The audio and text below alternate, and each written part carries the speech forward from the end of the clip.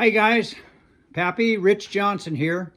Today we're going to talk about copper pipe, soldering copper pipe. And the first part of this is going to be the preparation and the things you can use to cut and clean the pipe prior to actually soldering. We'll do the soldering in a separate video.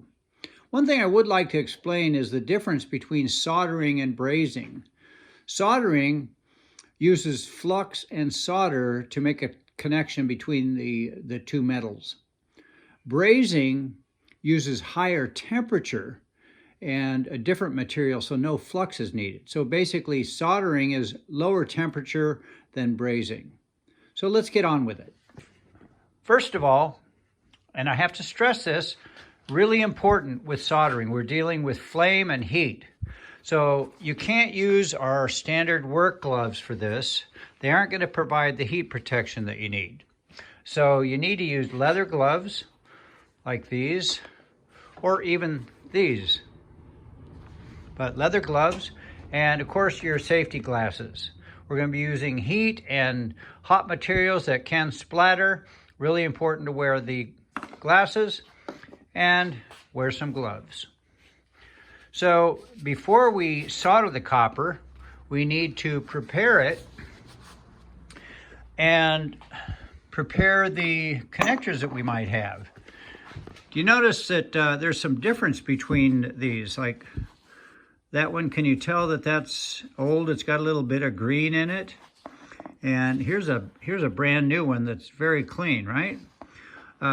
Would it make any difference which one we use? No, not really, because they're both going to go through the same cleaning process, the preparation process, whether it's an old piece of copper or a new piece of copper. So what we have to do first is measure and cut.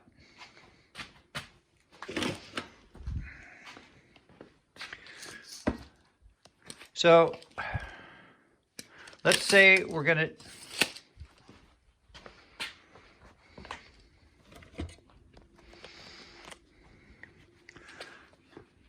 So let's say we need an 8-inch piece of copper with a fitting on it. So we take our measuring tape, and it's a good idea to use a marker like a Sharpie, so it's very easy to see your mark. All right. So there we are at 8 inches.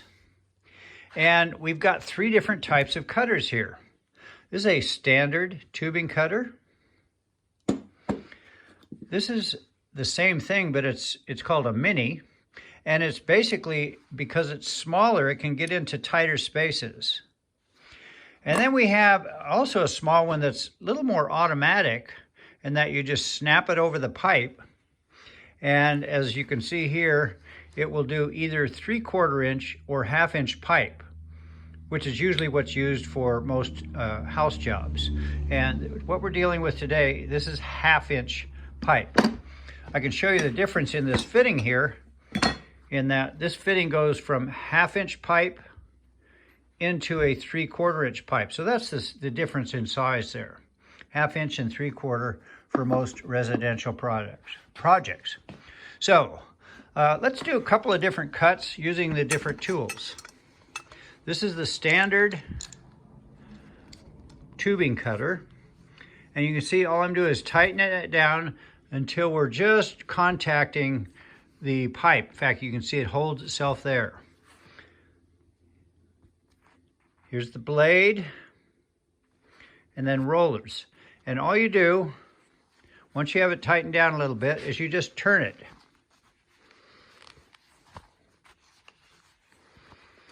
And after a few turns, you'll feel it gets a little looser, and you tighten it up just a smidge, just a small turn.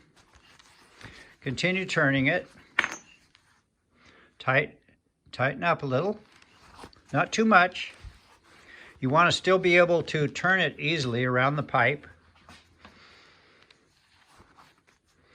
All right, tighten up. Tighten up. And notice I'm just turning it about 1/4 inch when I tighten it up. Tighten it up. Tighten it up. Tighten it up, and there we go. Now, if you look at the end there, and you can see that it's got some burrs, right?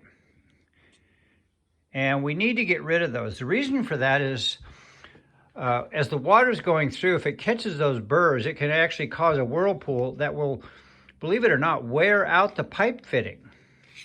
So this is a deburring tool, and notice it's got a little bit of a blade on the end there, and it also swivels. So all you do with this is spin it around with the blade there.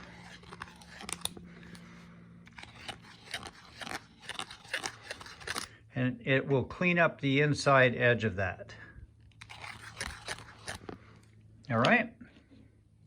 Now, there's another way that you can do that deburring. Here's a different tool, and this is for the inside of the pipe. Those are 3 blades. That's for the inside of the pipe, and also for the outside, and it has 3 blades on the other side. Here's the inside one, and we would just put that in there, and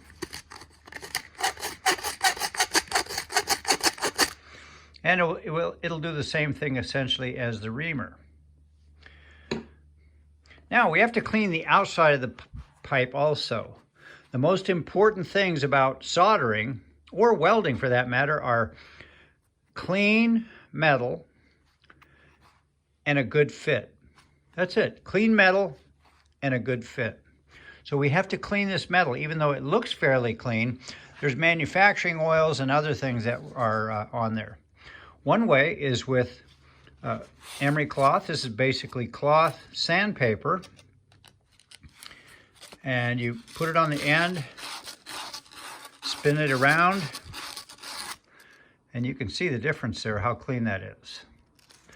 Another method, the one I prefer actually, is with a tool. I think this costs about 10 bucks. And you can do 1/2 inch or 3/4 inch copper. This is for outside the pipe, and this is for inside the fittings, 1/2 inch fitting, 3/4 inch fitting. So it's a pretty handy tool. And with this, you twist it around, and the wire brushes clean up the copper. Does a great job. As I said, this is my favorite tool for that purpose. So that cleans up the outside of the joint. We need to clean the inside of the fitting as well, whether it's an old one like this or a brand new one. And that's where this comes in handy. And you just twist that around. Hope you're not getting too dizzy. And you can see how the wire brushes clean that up in there. So even with this old fitting here, been around for years, even has a little green on it. That's going to be fine to use. We just clean it up.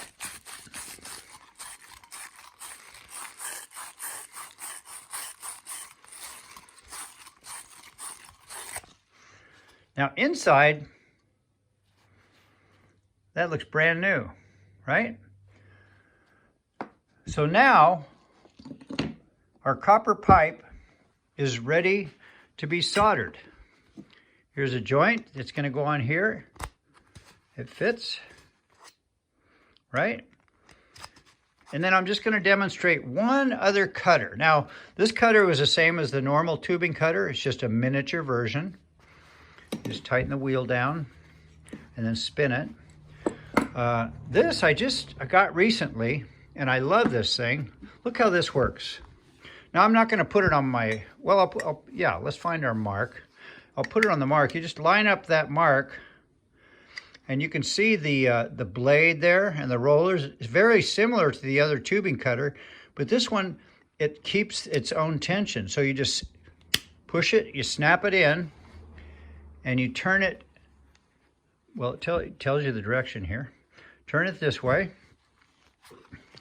and it takes care of increasing the pressure so that after a few turns, tubing is cut. Still needs to be cleaned up on the inside, either with our reaming tool, with that one, or this one. Clean the outside with emery cloth or with the tool. Then we're ready to solder. So let's get on to that in the next video. Peace out.